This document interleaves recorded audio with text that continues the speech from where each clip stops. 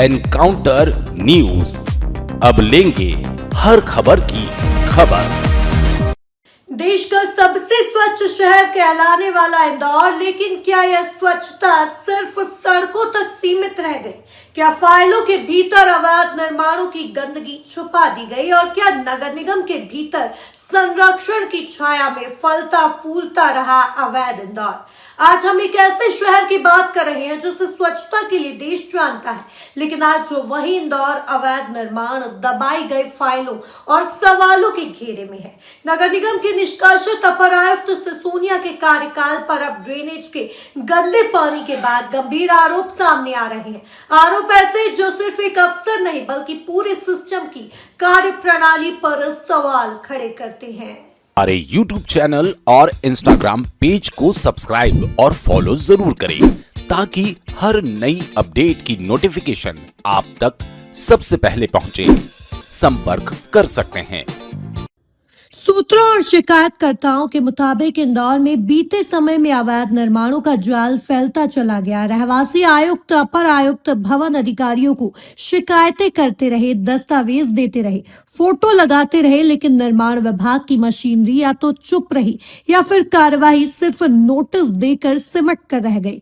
कई मामलों में अवैध निर्माणों को नोटिस जरूर दिए गए, लेकिन ना तो निर्माण हटे, न ही जिम्मेदारों पर कोई ठोस दंडात्मक कार्यवाही हुई।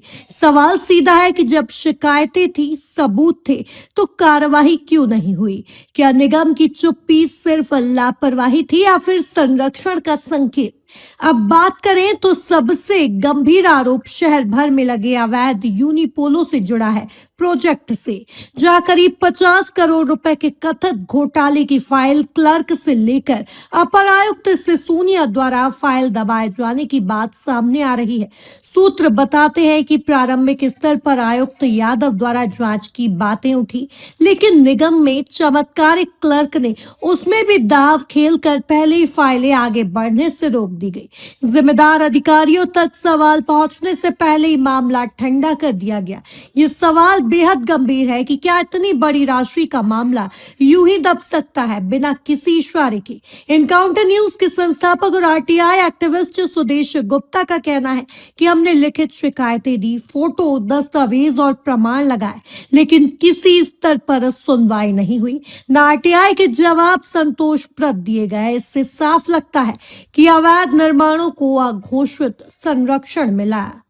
नगर निगम जैसे संवेदनशील विभाग में अगर शिकायतें दबाई जाएं, अगर फाइलें आगे ना बढ़े, अगर अवैध निर्माण, अवैध यूनिपोल, तालाबों की शिकायतों पर आदेश के बावजूद जस के तस खड़े रहे, तो यह महज लापरवाही नहीं बल्कि प्रशासनिक संरक्षण की ओर इशारा करता है।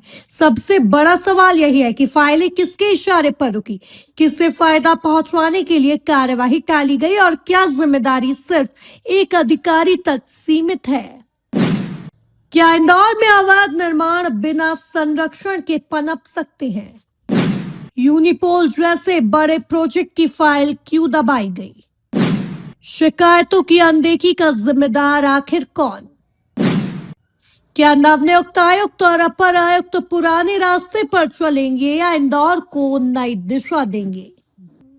आज जरूरत है स्वतंत्र और निष्पक्ष जांच की, ताकि दूध का दूध और पानी का पानी हो सके।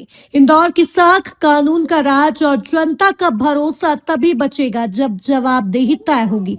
एनकाउंटर न्यूज सवाल पूछता रहेगा, क्योंकि सवालों का जवाब मिलना जरूरी है। अगर आपके पास भी अवैध निर्माण, नगर निगम की लापरवाही या दबाई गई फाइलों से जुड़े सबूत हैं, तो हमें भेजिए, वीडियो को शेयर कीजिए, कमेंट में अपनी राय दीजिए और सच की इस लड़ाई में हमारा साथ जुड़िए। एनकाउंटर न्यूज, अब लेंगे हर खबर की खबर।